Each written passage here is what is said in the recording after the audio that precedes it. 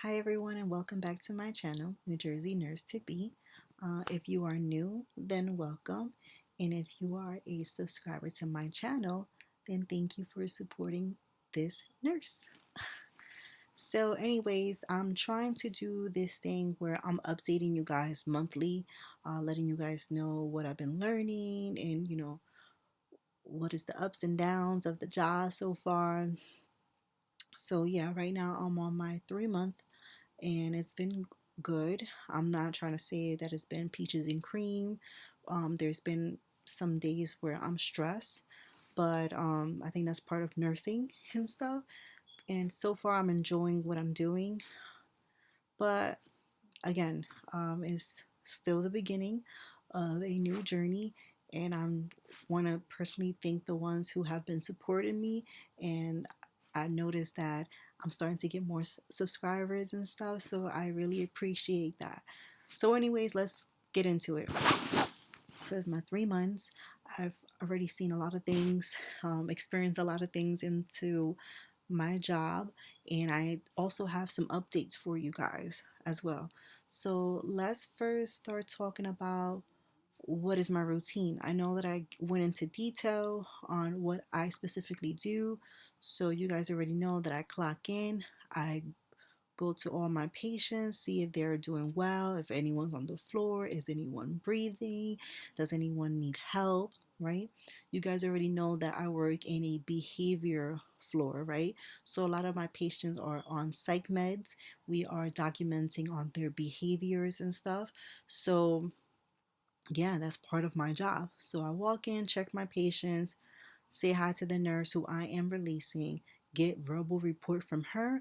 I also look into my 24-hour report just to see if anything changed, right? And then we count the narcotics. I grab my key if everything's fine, signed off on it, and the cart is mine, right? Then I go to the refrigerator, grab my little bin, put my ice water, my nectar juices, my applesauce, my pudding, and get my whole cart situated, right? Um, and clean my cart with Clorox wipes or alcohol wipes, whatever I have available. Okay, so once I get myself situated, I'm already getting ready to give out my medications and stuff, and that's how I start my day. So what have I seen lately? Being there, I remember when I had hit the 2.5 mark period, right, which was literally 2 month period, I would say. I saw someone go into almost a diabetic coma, right, and I did not know what that was. I had no clue what was going on. But what happened was I had this patient. She was new to my floor. She wasn't new to the facility. She was new to my floor. And of course she was diabetic. And I remember one day I came in and she was like tired. She couldn't even like wake up. She was like sleeping. So I'm like, okay, is this normal? Because this is my second day with her, right? And the first day she was sleeping, but she would wake up and take her meds and stuff. She was alert with confusion and stuff, but she was bedbound and stuff. So anyways, and she had a nasal cannula on. So when I remember the second day when I came in, she was sleeping throughout the day, and her vital signs were fine and stuff. But I didn't think of checking her sugar because I didn't have an order to check her sugar on my shift. And as a new nurse, I'm not gonna think to check her sugar. I'm like, okay, she's diabetic, but if I don't have an order to check her sugar, then why should I check it? That is the mistake that I did. I should have checked her sugars, right? I'm thinking she's sleeping because she probably didn't have a good night and stuff. And at least I mean I didn't even get report on the nurse on her. So I'm like, okay. So I remember that day her family member came around 12 and they tried to feed her, and she did eat a little bit and stuff but went back to bed and stuff. So I was like, that's so weird. So when the next nurse came to release me, I told the nurse, I was like, listen, this person is sleeping, very tired and stuff. Just keep a close eye on her. Her vital signs are stable. Mind you, I'm telling you guys, I didn't check her sugars because, again, I don't have an order, right? And I'm a new nurse, don't know shit about that, right? So I go home. The next day I come in, and the nurse who I was releasing told me, hey, Blanca, I just want to let you know that that patient yesterday, we had to send her out to the hospital. And I was like, why? What happened? Well, what happened was that the patient was slipping into a diabetic coma. So, if you have a patient that is diabetic, right, and out of nowhere, they are so drowsy, they're falling asleep and everything, and you know that patient is diabetic, if you don't have an order to check their sugars, you don't need an order to check their sugars. Just check their sugars because it can mean that they're slipping into a diabetic coma. And what you want to do is wake that person up, give them orange juice. We have this thing called glucagon, and we give them glucagon just to bring up their sugars. Now, if we try all that, giving them orange juice, giving them glucagon or something sweet, and their sugar is not going up, it's going up, but it's not going up as fast, then we're going to send that patient out to the hospital, all right? Because the last thing you want to do is have that patient in diabetic coma. So that's what I learned. And the nurses was like, they tried to give her sugar and, to keep her up, but her sugar could continue to drop. So they sent her out, and the patient survived. She was fine after that, a couple days after, and then they brought her back. But that's a lesson that I learned. What I learned is that you don't need an order to check somebody's sugars. If you see that your patient is something's wrong with your patient and they're diabetic, you want to check their sugars. Okay, so that was one thing that I learned. Another thing that I learned, um, we call stat over and over the intercom, right?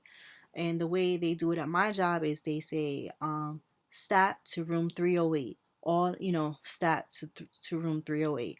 And that means that all nurses are going to run to 308 or whatever room they're calling that stat to either perform CPR on this patient and stuff. And of course, I had two stats and I went running to them and stuff. And I remember going there for the first one, and I told the nurses on the floor, I'm a new nurse. I'm here to observe, but please let me know what you guys want me to do. But of course, I got out their way because I didn't know what I was doing. I wasn't gonna stand there and take anyone's space, take space. So basically, what they do is when you call a stat is number one, you want to find out what is the code status of that patient. Are they DNR, DNI? Are they full code? What is their code? Okay. Two, you want to make sure that this patient has a pulse. Um, are they breathing? What is their condition and stuff?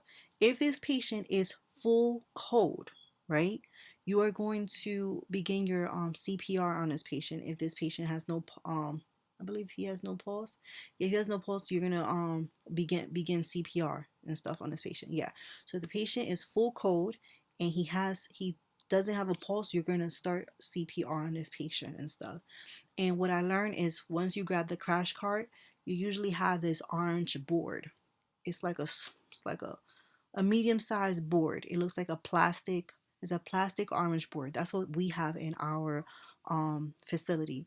It looks like, and I can best describe it, it's like a surfing board, but it's way smaller than that. It's like a mini surfing board, right? Like a toddler surfing board. That's how it looks, no lie. And that is going to be put under the patient's back, right? They're going to put the patient on the side and slide that board under their back, right? And the reason why they're doing that is because when they start chest compressions, you don't want to break the patient's ribs and stuff like that. So the board protects it. That's what I learned and stuff. We also have wooden boards. Like I know one of our crash carts has wooden boards. So while somebody's doing this chest compressions, the other person is the mouth is open and they have an ampu bag on the patient, and that person is doing the air thing.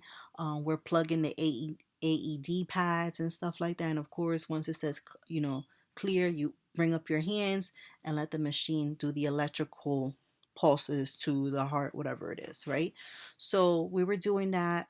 We were also counting how many times we did chest compressions on the patient, or how many times we had to do it, like whatever, and at what time, what was the last time we seen the patient, because that's what the paramedics is gonna ask when they come in, like how long was the compressions for, and what was the last time you guys seen the patient, that they have a pulse, what is the diagnosis, and stuff like that. So while you're doing a stat on a patient, right? That's when all the nurses are coming. One nurse is going to do the chest compressions while the other nurse is going to start the ampu bag. Another nurse is going to call the ambulance. Another nurse is going to start the transfer form and all that. Uh, and then we call the doctor, we call the family. But the first thing you want to do is start if he's a full call or she's a full call, you're going to start your compressions and everything with your team while one of your nurses is calling the ambulance and stuff. So that is a stat. That's what they call it on my facility. They probably call different names in other facilities, but where I'm at now, that's what they call stat. Um, let's say your patient is not a full cold, he is a DNR or DNH, whatever. I don't know. DNRs do not resuscitate. So those patients, let's say they're on a respiratory distress, whatever, what you have to do for those patients is provide them with oxygen and stuff. Oxygen is free. That's what I learned. That although this patient is not a full cold, he's a DNR or a DNI, we can still provide oxygen so they can be comfortable. And we're still going to call the paramedics to come get them. But we are not going to start chest compressions or anything on this patient because he's a DNR, right? So that's what I learned for a patient who is not a full cold. He can have air. We're going to put a non-rebreather mask. We're going to connect it to the oxygen tank. We're going to put the oxygen tank to 10 liters. I believe it's 10 to 15 liters. And air is free. So you are allowed to give a patient who is not a full cold and is on respiratory distress oxygen because, again, oxygen is free. Okay? So that's what I learned. I have that. What else did I learn? Just learned this a couple days ago. So we on 3 to 11, I don't work 3 to 11, I work 7 to 3. 3 to 11, they get a lot of admissions. You can sometimes get admissions that's from 7 to 3, 3 to 11, or 11 to 7, but you mostly get them 3 to 11. And what happened one day, this happened not so long ago, they accepted a new patient from a hospital. And this patient was accepted by one of the nurses into our facility, right? So the patient was in the facility for 2 days. I was off those 2 days. I was off that weekend. I came in on a Monday. So when I came in on Monday, I went to see my patient, my new admission. After I took verbal report, I was ready. I went to go see my new admission. I was like, wow, this patient doesn't look good. Like, he looks like he's about to pass away. So I went up to my manager and I was like, hey, patient in this room doesn't look good. Like, and then she was like, well, check his vital, keep monitoring him. We just got him 2 days ago. So, okay, I checked his vitals and his vitals were fine. I was putting him on nasal cannula. He was on nasal cannula. He had a G tube. And I also was giving him nebulizer treatments and stuff. And the patient was taking off his nasal cannula, um, taking off his nebulizer treatment and stuff. And his temperature started to decrease. So I called the doctor, and the doctor was like, keep a close eye on him. I'll be on my way. I'll be there in an hour or two. And this was around 1:55. I passed by the room just to watch. I'm just passing by the room to go on to my next patient, and the patient was completely blue, pale. So I was like, oh my God, what's going on? So I went in there, checked his pulse, no pulse, that was not breathing. The patient unfortunately passed away. So I am only an LPN, only RNs can pronounce a person dead. So I had to get the RN on the floor, and she went over and she pronounced the patient dead at 2 o'clock and stuff. Because again, LPNs do not pronounce patients death. An RN has to do that. So what I learned from that is when, let's say, you're the one admitting a patient from a hospital. Let's say a patient's coming in, because that's what hospitals like to do. They like to bring in they like to ship a patient out to the nursing home. That's what I've heard. And let's say you are the nurse on the floor, and let's say you're working, and out of nowhere you see that the hospital, you see the ambulance the paramedics coming in with a patient who is a new admission, you quickly want to go and assess that patient right away. You want to check their vital signs, you want to check skin, everything you want to check on this patient. Because one, if those vital signs are not stable, you're not going to receive that patient. You're going to send that patient right back to the hospital like, nope, that is your problem. The hospital is the one who the when the patient come, the patient's vital signs have to be stable. There shouldn't be, even if there's a wound, you want to document, you want to measure the wound right when the patient comes in, because let's say if he came with a if he or she came with a wound that was I think it's 5 inches or five, is it 5 centimeters? I'm sorry, I'm not so good with measurements. 5 centimeters long or big or something like that, and it increased to 10 while he or she was in your care, and you didn't document it, then the insurance is not going to cover for that. Or because you didn't document, they're going to say that the wound um was made because of you, because of your facility, because you didn't document it in the beginning. You get what I'm saying? So you want to document anything from the right when the patient comes into your facility, when you do the admission, when you do the skin assessment, you want to document everything that's on that skin, and you want to measure exactly what's on that skin, because that is good for insurance purposes and stuff like that, and that covers you and the facility. And again, if that patient is not stable when you receive that patient, you want to send that patient back. You do not want to accept that patient at all. Because as you can see, in my facility, somebody accepted that patient 2 days ago. And what happened when I came in, that patient wasn't stable. And it looks like that patient wasn't stable for 2 days. So that patient already was going through probably an infection or something. And the hospital decided to ship them and put him in our nursing home. So unfortunately, it falls on us, on whoever admitted him into our nursing home and stuff. And that's something that I learned new. That's that. What else did I learn? So far I learned that we do incident reports. I thought that we did incident reports for just falls, but you do incident reports for a lot of things: falls, skin tears, bruises, wounds, um, of course, verbal abuse, right? Physical abuse and stuff like that. So you do incident reports for that. And when you do incident reports, and I'll probably do a whole video on incident reports and everything, you want to contact the doctor, the family member, especially if a patient hit his head, and you see like a little bruise or a bump, you're going to send that patient out. If the patient is alert and oriented and he hits his head, but he tells you that he's fine, and you do neural checks on him and everything, like him or she, then you don't have to send that patient out to the hospital. If the patient says, listen, I'm fine, I'm not, I hit my head, but I'm okay, I'm not experiencing any pain, so then you're good. You just want to contact the doctor and the family member and let them know and see what orders you need from the doctor and stuff like that. Um, yeah, so I will get into detail on incident reports and stuff like that, since I am right now in the process of learning more of it. What else? So yeah, I don't want to make this video so long. It's already 18 minutes, and I don't like my videos to be long. Anyways, the last thing I want to leave you guys is an update. I just got offered a new job, and this will be a per diem job. Per diem job are as needed. That's what it means. You work as needed at whatever facility you're at. So I will be working per diem at this second job, and I will be working there on some of my days off. The reason why I did that is, one is I'm going to be exposed to critical care, more things, areas that I've never seen and been around and stuff.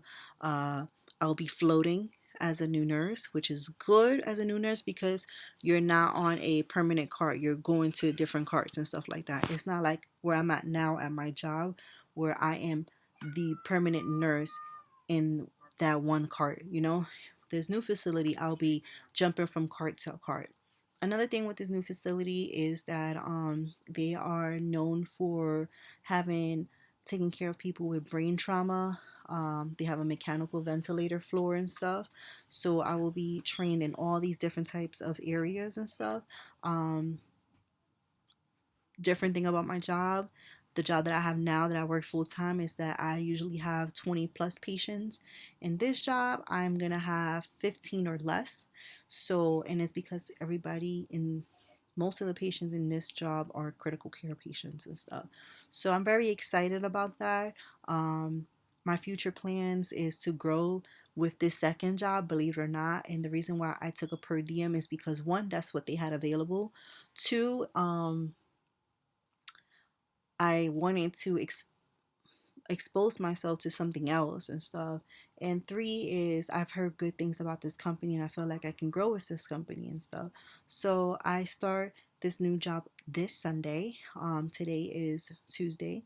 So I start this job Sunday morning and I'll see how it is. I'll definitely do a update on them 2 weeks of being in there and seeing how it is. And I will do a month to month review with them as well and oh my god, give you guys all the details that I can on them.